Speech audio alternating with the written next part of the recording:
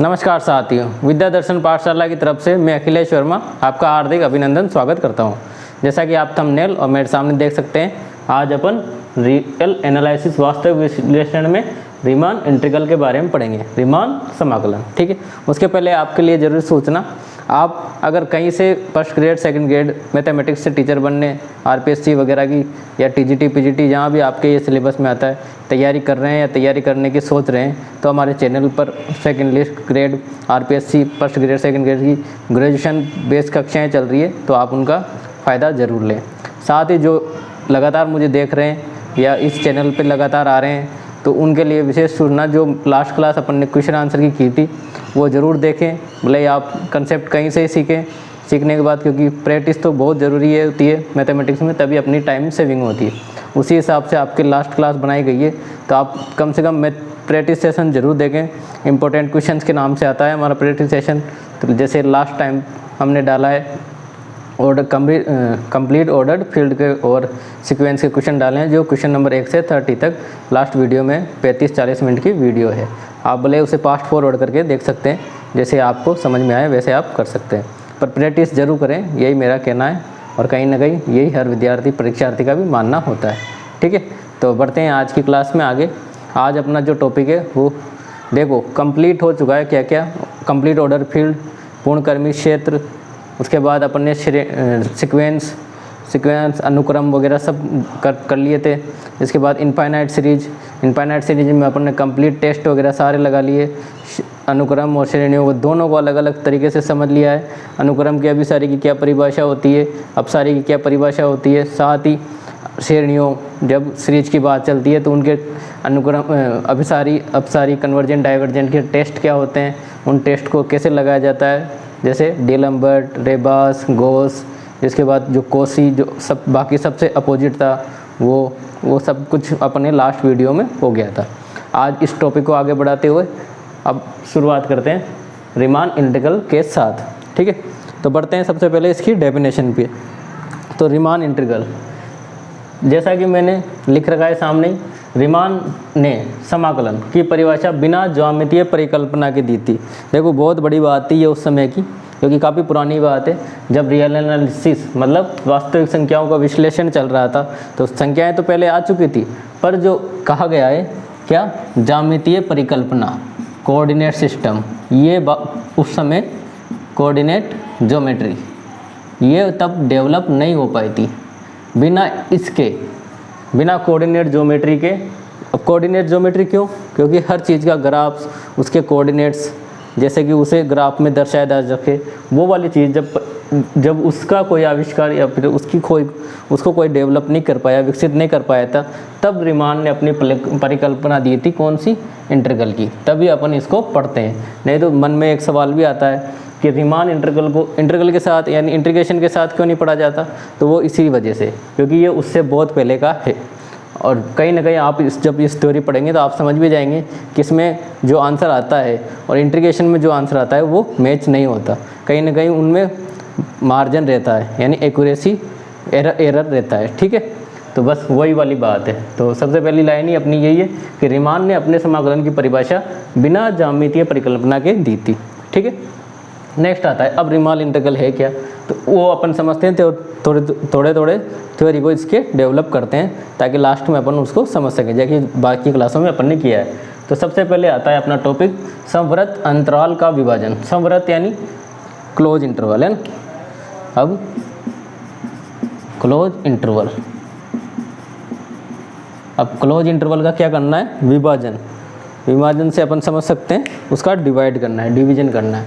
Close interval division, ठीक है। किस तरह करेंगे? जैसे समवर्त अंतराल दे रखा है अपन को A से B, कोई भी इंटरवल दे रखा है, A से B में निम्न बिंदुओं को विभाजित किया जाता है। अब वो भी जो A और B है, उनको किस तरह विभाजित कर सकते हैं कि ऐसे कैसे कि जो पहला बिंदु है वो x1 x0 ले लिया। अब x0 x a ही है यहाँ, है ना, बाकी छोटे छोटे बिंदुओं में डिवाइड कर दिया। जिस तरह से अब थोड़ी सी बात है ना, अपन कंपैरिजन कर सकते हैं किससे?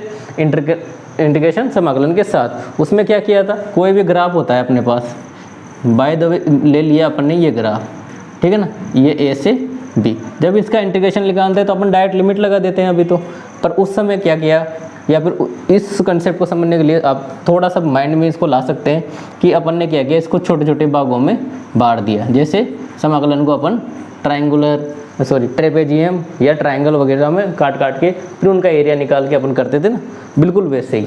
तो ऐसे क्या किया इसने, विभाजन के लिए छोटे छोटे भागों में बांट दिया। कितने भागों में बांटा, तो n भागों में बांट दिया, है ना।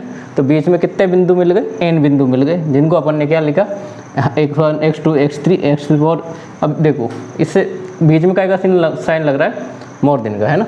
x1 is less than greater than x1, x0 is less than greater than x1 x2 x3, यानी पूर्व पद छोटा आ रहा है, बाद बड़ा आ रहा है। तो ये कहीं ना कहीं ह्रासमान हो रहा है ना, वर्धमान हो रहा है, इंक्रीजिंग ऑर्डर में चल रही है, ठीक है। तो इसी तरीके से अपन ने क्या ले लिया, सीक्वेंस ले ली। क्यों ली, क्योंकि अपन जानते भी ये लोअर लिमिट है, ये अपर लिमिट है, तो कहीं ना कहीं अपना जो ग्राफ है वो बढ़ेगा ही सही, है ना। तो इसी तरह बिंदुओं का जब चयन किया गया तो वो भी बढ़ते हुए क्रम में था, इसलिए मैंने ये वाले साइन लगा दिए, ठीक।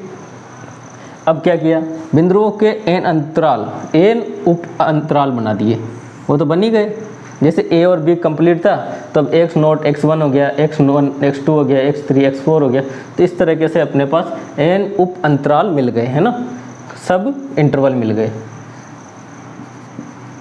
सब इंटरवल, ठीक है। n उप अंतराल कौन कौन से, x0 x1 x1 x2, ऐसे कितने मिलेंगे। अब ये जितने अपने ऊपर डिवाइड किए थे उतने यहाँ नीचे अपन को अंतराल मिलेंगे, ठीक है। तो n अंतराल हो गए टोटल। अंतराल ए बी के विभाजन बिंदुओं को बदलने पर विभाजन के उप अंतराल भी बदल जाते हैं, वो तो बदलेंगे सही। जैसे अपन ने इसको पॉइंट्स को बदला तो अंतराल भी बदलेंगे, क्योंकि वही तो है अंतराल बनाने वाली इंटरवल, ठीक है ना। विभाजन बिंदुओं के समुच्चय को P, यानी देखो अब सेट को, उस जो सेट में मिलेगा ना अपन को, उस सेट को क्या कहेंगे, विभाजन बिंदुओं के समुच्चय को P से अपन ने डिनोट कर दिया, कैसे, P से। अब P क्या है, A से B में है, ठीक है। अब आरवा अंतराल, ऐसे ही बीच में ये आरवा अंतराल मिला था अपन को, जिसको अपन बोलते भी है जनरल टर्म, या यहाँ जनरल इंटरवल हो गया। तो हर बार अपने आर तो काम आता ही है ना, जनरल इंटरवल। तो जनरल इंटरवल क्या हो गया इसका, XR1 माइनस XR, ठीक है, और जो कि क्लोज इंटरवल का ही पार्ट है, ठीक। अब आती है बात आरवें उप अंतराल की लंबाई। आरवें उप अंतराल की लंबाई, कोई से भी अंतराल हो उसके अंतराल की लंबाई को यहाँ डेल्टा लिखते हैं ना। तो यहाँ आर की बात कर रहे हैं, तो अब लंबाई कैसे निकालते हैं, बाकी जैसे में निकालते हैं। बाकी जैसे मतलब अपर लिमिट को लोअर लिमिट से, मतलब अपर लिमिट में से लोअर लिमिट को हटा देते हैं, या अपर वैल्यू में से लोअर वैल्यू को घटा देते हैं। तो अपर वैल्यू b माइनस a। ऐसे ही आरवें उप अंतराल की लंबाई निकालेंगे तो उसके अपर वैल्यू में से लोअर वैल्यू को घटा देंगे, तो हो गया XR माइनस 1। तो अपने अब काम की चीज़ आ गई अपने पास क्या, डेल्टा आर, ठीक है। तो इस स्लाइड में दो चीज़ें तो अपने लिए, बाकी सब तो समझने के हिसाब से बहुत ही ज़रूरी है, पर एक तो अपन को काम आएगी क्या, डेल्टा आर, जो कि अपन को याद रखना है, ठीक है। एक आप रीमान, जो कि एक बहुत अच्छे मैथमेटिशियन थे, ग्रेट मैथमेटिशियन, तो उनके द्वारा दी गई परिभाषा, तो याद रखना, उन्हीं के नाम पे अपन ये पढ़ रहे हैं अब, रीमान इंटीग्रल। तो बढ़ते हैं आगे अब नेक्स्ट स्लाइड पे। तो नेक्स्ट अपना जो टॉपिक आता है वो है विभाजन का मानक, है ना। विभाजन का मानक, इंग्लिश में इसको कहते हैं नॉर्म्स ऑफ पार्टीशन, है ना। एक मानक अपन स्टैंडर्ड को पढ़ते हैं, पर यहाँ बात आती है नॉर्म्स की, है ना। इसको कहते हैं नॉर्म्स ऑफ पार्टीशन, ठीक। आरवे उप अंतराल जो कि होता है, देखिए आरवे उप अंतराल जिसकी लंबाई महत्तम हो। अब देखो एक वर्ड आ गया यहाँ, महत्तम, हाईएस्ट, क्या वर्ड आ गया, हाईएस्ट। तो अब इससे अपन अंदाज़ा लगा लेते हैं कि यार जो भी अपनी बात है क्या है कि उपअंतराल जो भी होगा उसमें क्या है कि महत्तम आ गया। महत्तम मतलब अब जो डिवाइड हो रहा है वो समान नहीं है, या समान हो भी सकता है। तो महत्तम की बात इसलिए आई, यानी उसका जो डिवाइड है वो समान नहीं हो रहा। महत्तम होती है क्या है, आरवे उपअंतराल जिसकी लंबाई महत्तम होती है उसे विभाजन का मानक कहा जाता है, यानी नॉर्म ऑफ पार्टीशन कहा जाता है।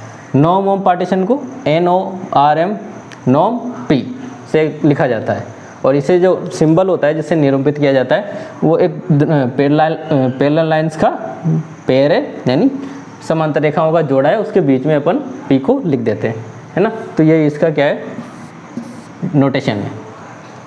तो क्या होता है नॉर्म ऑफ पी, इसको पढ़ेंगे अपन, norm of p equal to max of delta r. Delta r क्या है आरवें पद की लंबाई, ठीक है ना। तो क्या हो गया अब मैक्स डेल्टा आर को क्या लिखते थे अभी पिछली स्लाइड पे लिखा अपन ने एक्स आर माइनस 1, ठीक है। तो ये थी अपने क्या नॉर्म ऑफ पार्टीशन। इसको क्या है वो पूछ तो सकता है और पूछने में ऑप्शन में डाल सकता है, बस इतना सा है, ठीक है। अगली जो बात आती है अपन का विभाजनों का सूक्ष्मीकरण या सूक्ष्मकरण, है ना। अब विभाजन यानी पार्टीशन का क्या हो गया रिफाइनमेंट, इंग्लिश में कहेंगे तो इसको refinement of partition, refinement of partition. देखते हैं क्या होता है। तो देखेंगे तो इसको यदि अंतराल ए बी, कोई अंतराल ए बी के दो विभाजन हो गए, दो विभाजन कौन कौन से कर दिए इसने पी और पी डैश, इस प्रकार है कि पी जो है सबसेट हो वो पी डैश का, यानी पी तो क्या है छोटा है पी डैश बड़ा है, ठीक है। तब क्या होगा पी डैश विभाजन का सूक्ष्मकरण कहलाएगा, यानी पी डैश विभाजन का सूक्ष्मकरण कहलाया। कौन कहलाया पी डैश, है ना, मतलब ये वाला बड़ा वाला क्या कहलाया सूक्ष्मकरण। यदि अंतराल ए बी के दो विभाजन P1 P2 इस प्रकार हैं, किस प्रकार, तो इस पर ये तो अलग बात हो गई अब, है ना। पहली बात क्या थी पी डैश क्या कहलाएगा इसका सूक्ष्मकरण, यानी रिफाइनमेंट ऑफ पार्टीशन कौन सा कहलाएगा पी डैश, ठीक है। अब अगली बात, अगर उनके बीच में कोई दो जो विभाजन है वो इस प्रकार है, जैसे कि P बराबर देखेगा P1 union P2, P1 union P2, ठीक है। तो P1 P2 क्या है, यदि अंतराल ए बी के दो विभाजन P1 P2 इस प्रकार रहेंगे, किस प्रकार दे रखा है P1 बराबर P1 यूनियन P2, है ना, P1 P2 का संग किसके बराबर है P के। तब क्या होगा कि जब होगा P1 P2 का उभयनिष्ठ सूक्ष्मतम विभाजन कहलाएगा कौन P1, इन दोनों का कौन सा विभाजन है उभयनिष्ठ कॉमन वाला। ये तो P तो हो गया अपना यूनियन से, है ना, और जो P है ना वो इनके बीच में कोई भी जब कॉमन एलिमेंट आएगा, कॉमन विभाजन होगा, कॉमन अंतराल होगा, इंटरवल होगा, वो इनका क्या कहलाएगा सूक्ष्मतम विभाजन कहलाएगा, ठीक है। तो नेक्स्ट बढ़ते हैं आगे। नेक्स्ट टॉपिक आता है अपना अंतराल ए बी का उच्चक, जैसे कि अपन सीक्वेंस एंड सीरीज में भी पढ़ चुके हैं, ठीक है। तो अंतराल ए बी का उच्चक इन्फीमम सुप्रीमम ऑफ इंटरवल क्या होता है, देखिए बिल्कुल जैसे वहाँ था वैसे यहाँ है। किससे लिख देंगे m से। देखो सामान्यतः अंतराल ए बी में उच्चक को m से निरूपित किया जाता है। उच्चतम यानी उसकी हाईएस्ट वैल्यू, ठीक है। सुप्रीमम एपेक्स रहेगा जो कि a और b में कोई बीच में एक वैल्यू रहेगी, वहाँ पर ये प्रेजेंट रहेगा, ठीक है। इसको तो ज़्यादा समझाने की जरूरत भी नहीं है, ये अपन इससे काफ़ी अच्छे फेमिलियर भी हो चुके हैं, पहले कई बार आ चुका है। अंतराल ए बी का निम्नक, ऐसे इन्फीमम आ गया, इन्फीमम ऑफ इंटरवल, ठीक है। इन्फीमम है, इसको IMF से लिख देते हैं, इन्फीमम INF है ना, इन्फीमम, ठीक है। तो क्या होता है ये अंतराल ए बी का निम्नक, तो इसे स्मॉल m से लिख देते हैं। क्या है ये IMF, ठीक है। f ऑफ x क्या है a और b के बीच में कोई वैल्यू है, कोई x है, उसके लिए ये अपनी वैल्यू देगा।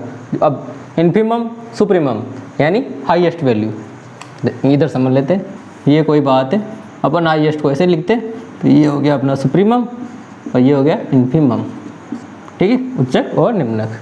ये घूम भी सकता है, ये बढ़ते हुए था और कई बार ये ऐसे घूम भी सकता है। तो ये सुप्रीमम हो गया और ये अपना इन्फीमम, ठीक है।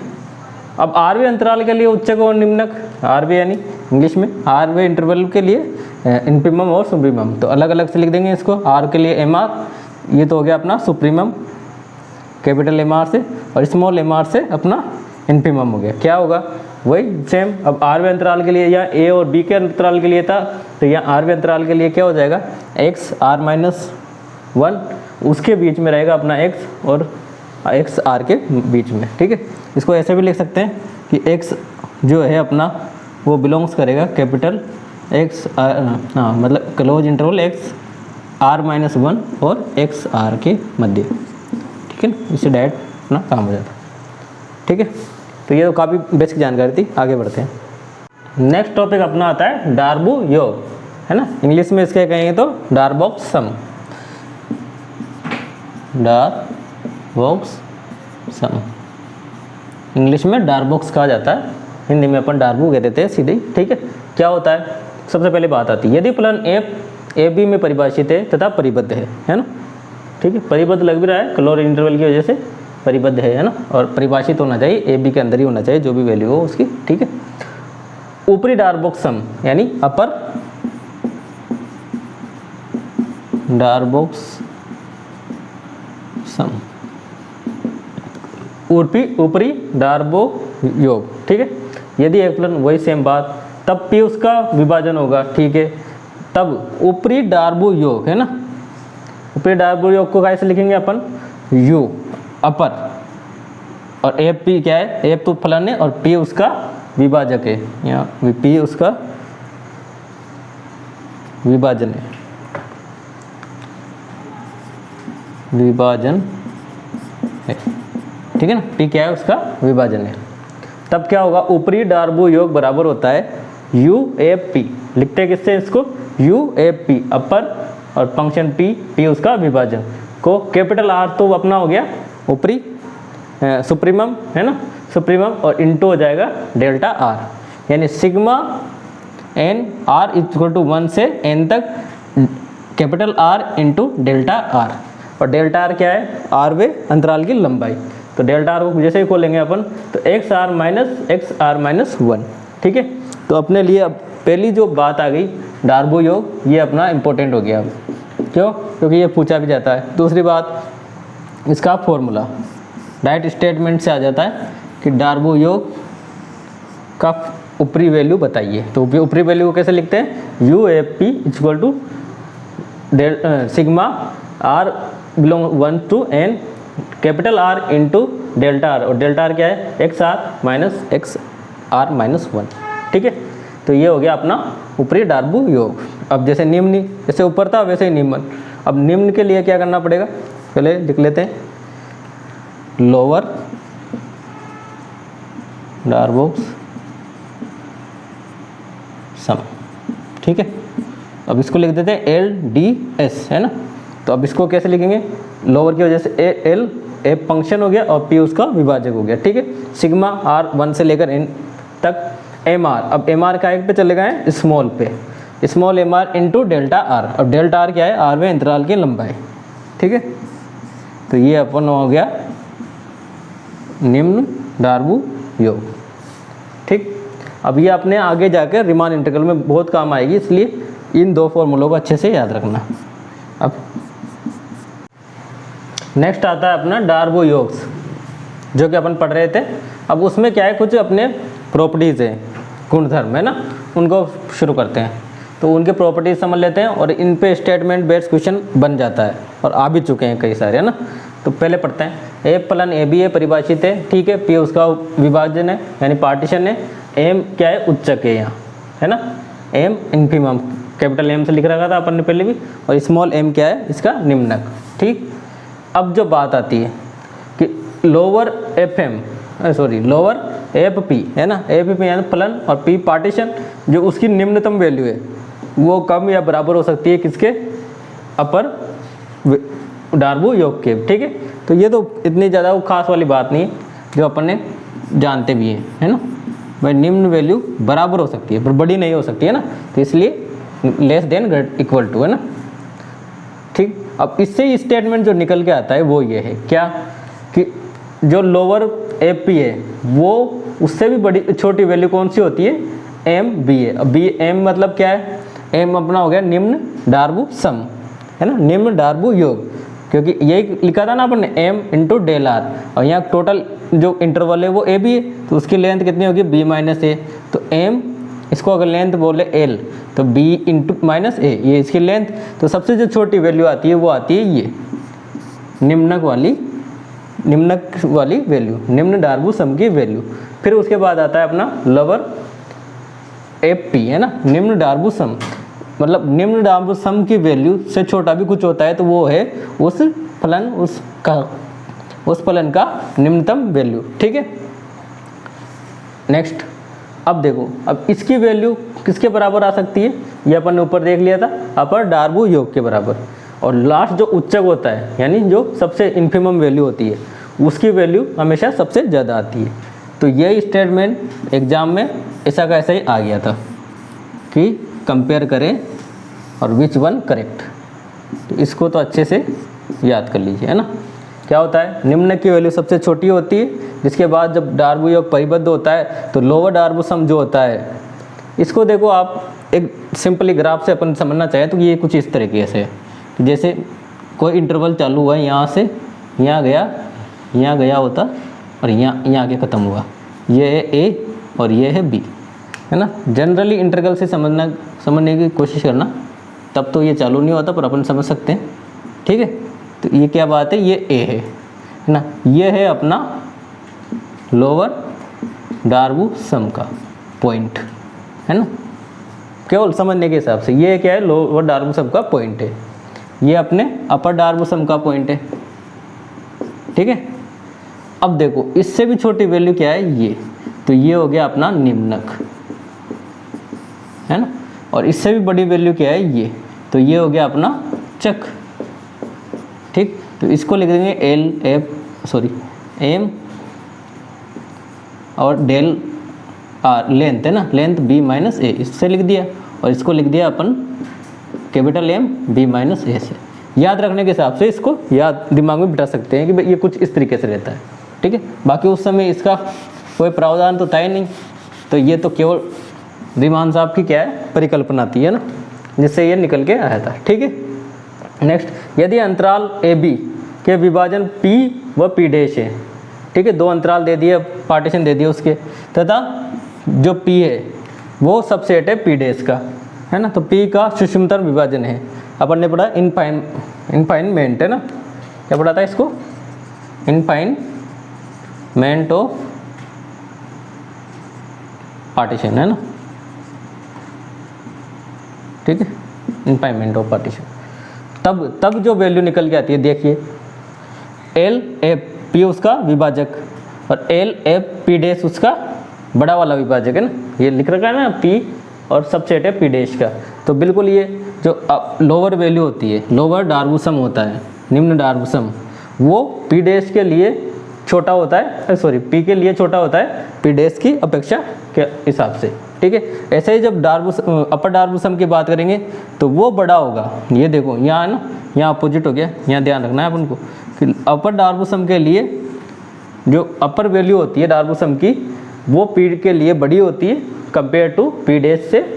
ठीक है, नेक्स्ट, तो अब इसके बाद जो रिजल्ट निकल के आता है वो ये है, वो किस तरह है, देखो लोअर डार्बू सम पी के लिए छोटा रहेगा, हमेशा बराबर, छोटा या बड़ा रह सकता है, less than equal to lower Darboux sum p dash k. ठीक है, आगे बढ़ते हैं।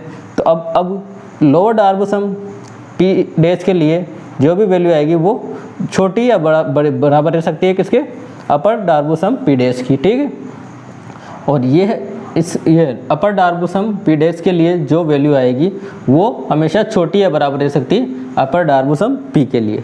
अब देखो इसको आप ग्राफ के हिसाब से सेट कर लेना कि जो लोअर डार्बू सम है उसका जो पी है, पी के लिए लोअर डार्बू सम की वैल्यू, फिर पी डैश के बाद लोअर डार्बू सम का पी डैश, फिर अपर डार्बू सम का पी डैश, और लास्ट में अपना आ जाएगा अपर डार्बू सम फॉर पी के लिए। तो ये भी स्टेटमेंट आ चुका है ना, इसलिए लिखा गया था यहाँ। बाकी इन पे निगाह नहीं पड़ती या फिर इनको अपन सोच लेते हैं, ये तो कभी पढ़े ही नहीं, इसलिए देखा नहीं होगा। पर ये स्टेटमेंट और ये स्टेटमेंट पूछा जा चुका है आरपीएससी द्वारा, है ना, आरपीएससी की अलग वैकेंसीज में। फर्स्ट ग्रेड सेकंड ग्रेड का ये फर्स्ट ग्रेड में ये पूछा गया है, ये नहीं पूछा गया। यदि अंतराल ए बी के विभाजन P1 व P2 है ना, दो विभाजन दे दिए। ठीक है, क्या किया आप कि जो लोअर डार्बू सम आएगा, यानी एल से लिखते हैं लोअर डार्बू सम को, लोअर डार्बू सम जो पी डैश P1 के लिए आएगा वो हमेशा छोटा या बराबर हो सकता है किसके, अपर डार्बू सम P2 के लिए। ठीक है, ऐसे ही अगर लोअर डार्बोसम P2 की बात करेंगे तो वो बड़ा छोटा हो सकता है किसके, अपर डार्बोसम P के लिए। ठीक, ऐसे ही अगर उस डार्बोसम का नेगेटिव फलन ले लिया जाए तब क्या स्टेटमेंट आता है कि लोअर डार्बोसम नेगेटिव ले लिया P के लिए तो वो बराबर होता है हमेशा, सॉरी अपर डार्बोसम नेगेटिव ले लिया P के लिए तो वो बराबर होता है नेगेटिव ऑफ लोअर डार्बोसम एप P का। और ऐसे ही upper Darboux sum negative of P है तो वो बराबर होता है negative of upper Darboux sum P का। ये दोनों स्टेटमेंट भी याद रखने मतलब इस तरीके से कि आ जाए तो अपन को दिखने में आ जाए कि ऑप्शन करेक्ट कौन सा हो सकता है। ठीक है, अब बढ़ते हैं आगे। नेक्स्ट प्रॉपर्टी आती है अपनी, यदि अंतराल ए बी जो कि फलन एप का अंतराल है, ठीक है, तथा एप के उच्चक अभी पढ़े थे अपने क्या है, एक तो एम हो गया अपना और एक माइनस एम कैपिटल एम और एक स्मॉल एम है ना, इंफिमम व सुप्रीमम। ठीक है, तब माइनस एप का जो उच्चक होता है, देखो माइनस एप का जो उच्चक होगा वो क्या होता है, माइनस एप का उच्चक, इसको ढंग से याद रख लेना क्या होगा, माइनस एप का उच्चक माइनस जो पहले वाले का क्या था इन्फिमम, वो यहाँ सुप्रीमम हो गया। ठीक है ना, और वैसे ही यहाँ निम्नक की बात आएगी तो जो पहले वाले का सुप्रीमम था उच्चक था वो नेगेटिव हो गया, यहाँ क्या हो गया निम्नक हो गया, है ना। तो इम्पोर्टेंट प्रॉपर्टी होगी अपने लिए। अब वो एग्जाम में कैसे पूछ सकता है, वो सीधा ही पूछ लेगा एप का उच्चक एम और इस कैपिटल एम स्मॉल एम है, ठीक है, तब माइनस एप के उच्चक वो निम्नक होंगे। आ गया ना स्टेटमेंट बेस्ड क्वेश्चन है, बिल्कुल ऐसे आ भी चुका है। तो क्या हो गया तब माइनस एम तो उच्चक होगा मतलब माइनस स्मॉल एम, साथ ही निम्नक की बात करेंगे तो माइनस कैपिटल एम इसका निम्नक होगा। ठीक है, नेक्स्ट, यदि एफ तथा जी अंतराल में दो परिभाषित फलन है जिसका विभाजन p है, ठीक है, विभाजन दे दिया अपन को p, दो परिभाषित फलन देती है एफ और जी एंड डिफाइंड फंक्शन है एफ एंड जी। ठीक है, तब क्या होगा, तब लोअर ऑफ एफ पी, ठीक है, lower of F P first विभाजन की बात हो रही है, साथ ही लोअर ऑफ जी पी, दोनों को अगर सम किया जाएगा, ठीक, lower of F P plus lower of G P है ना, ऊपरी निम्न डार्बोसम ऑफ पी निम्न डार्बोसम ऑफ जी। ठीक है, जो होगा वो या तो बराबर या छोटा होगा किससे, lower Darboux sum of composite function है। अब यहाँ कंपोजिट आ गए, देखो ए प्लस पी है ना, कंपोजिट भी कह सकते हैं, और ऑपरेशन आ गया ए प्लस बी के Darboux sum lower Darboux sum of a p plus p में। ठीक है ना, इसको ऐसे ही पढ़ते हैं लोअर फंक्शन पी में, ठीक है, अपर फंक्शन पी में। तो बिल्कुल ऐसे ही lower function p plus upper lower function g का p है ना, जो छोटा या बराबर हो सकता है lower F of g a plus g p में। ठीक है, ऐसे अपर के लिए सेम वही कंडीशन है ना, तो इसको भी याद रखना है।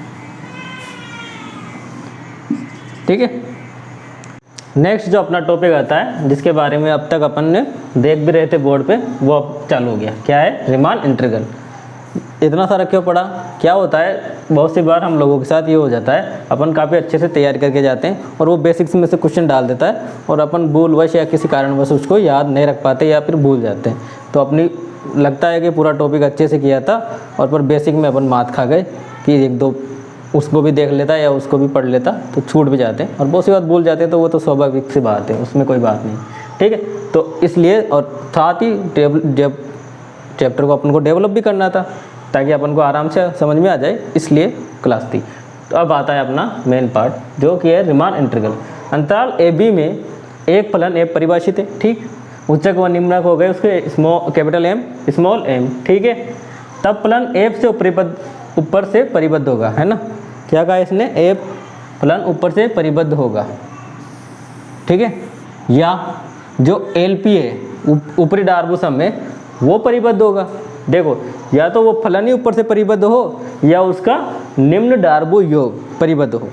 ठीक है, तब वो क्या कर लाएगा, ये तो हो गया ऊपरी वाली बात। ऐसे ही बिल्कुल नीचे से होगा तो नीचे से ऊपर से नीचे से हो गया, सॉरी लोअर से ना। अब अगली बात अपर डार्बोसम है ना, ये मतलब यही तो है अपर डार्बोसम। नीचे से परिबद्ध होगा। देखो मतलब ये क्या है, जो भी अपन को अंतराल और दे रखा है फंक्शन फलन रीमान इंटीग्रल के लिए, अपर लोअर डार्बो सम ऊपर से परिबद्ध है ना, मतलब जो उसका डार्बो सम है कहीं ना कहीं एक ऐसी वैल्यू रहेगी जिससे कि सारे मान ज़्यादा आएंगे। क्या है, उसके लोअर डार्बो सम के सारे मान ज़्यादा आएंगे, एक वैल्यू तो ऐसी रहेगी, तो हो गया। ठीक वैसे ही अपर डार्बो सम की बात आएगी तो एक वैल्यू उसकी ऐसे रहेगी जिससे कि सारे मान उसके कम आए, है ना, तो नीचे से परिबद्ध होगा। ठीक है, जिसका निम्न परिबद्ध क्या क्या होगा एम बी माइनस ए। ठीक, ऐसे ही ठीक है, क्या क्या है बात, पहले तो उसका उच्चक और निम्नक याद होना चाहिए। ठीक, फिर वो ऊपर से परिबद्ध होगा, नीचे से परिबद्ध होगा। ऊपर से परिबद्ध को एक और लाइन में क्या कह सकते हैं कि उसका निम्न डार्बो सम ऊपर से परिबद्ध हो। निम्न डार्बो सम ऊपर से परिबद्ध मतलब ऐसी कोई वैल्यू हो जिससे कि निम्न डार्बो सम की वैल्यू बड़ी आती हो, ऐसा कोई निम्नतम मान हो जिससे कि उसकी वैल्यू बड़ी आती हो। ठीक, दूसरी बात, अगर उसका उप डार्बो सम यानी ऊपरी डार्बो सम हो तो ऊपरी डार्बो सम का मतलब होता है एक हाईएस्ट वैल्यू, है ना, और ऐसी वैल्यू जिससे कि नीचे से परिबद्ध हो, है ना, तो ऐसे वैल्यू जिससे कि उसके सारे मान उस सुप्रीमम वैल्यू से कम आए। ठीक, ये तो हो गई परिबद्धता की बात। अब आती है रीमान इंटीग्रल में अगली बात, ऊपरी रीमान समाकलन। ठीक है, ऊपरी रीमान समाकलन क्या होता है, तो ऊपरी रीमान समाकलन एक अंतराल ए बी में परिभाषित है, ऊपर रीमान समाकलन है। ठीक, तब क्या होगा, जो ऊपरी है ना तो अपन इसको लिखेंगे कैसे, F of A D x, ये तो इंटीग्रल हो गया है ना, ऊपरी था तो ऊपर को कर दिया बार, ऊपर से परिबद्ध कर दिया एक तरीके से ना, तो बी डैश ले ली अपर लिमिट इसकी और लोअर लिमिट ए। तो कैसे निकालेंगे, अब अभी के टाइम की बात होती है तो इसको डायरेक्ट इंटीग्रल कर लेते, पर तब कैसे निकालते थे और अब अपन कैसे निकालेंगे, बिल्कुल उनके तरीके से।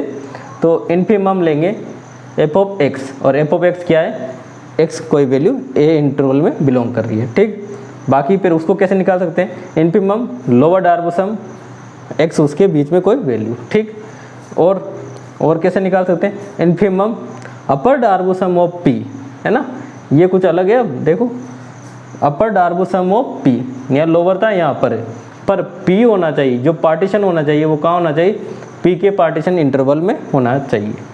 ठीक है ना, ये तो निकल जाएगी इससे क्या, ऊपरी रीमान समाकलन की वैल्यू।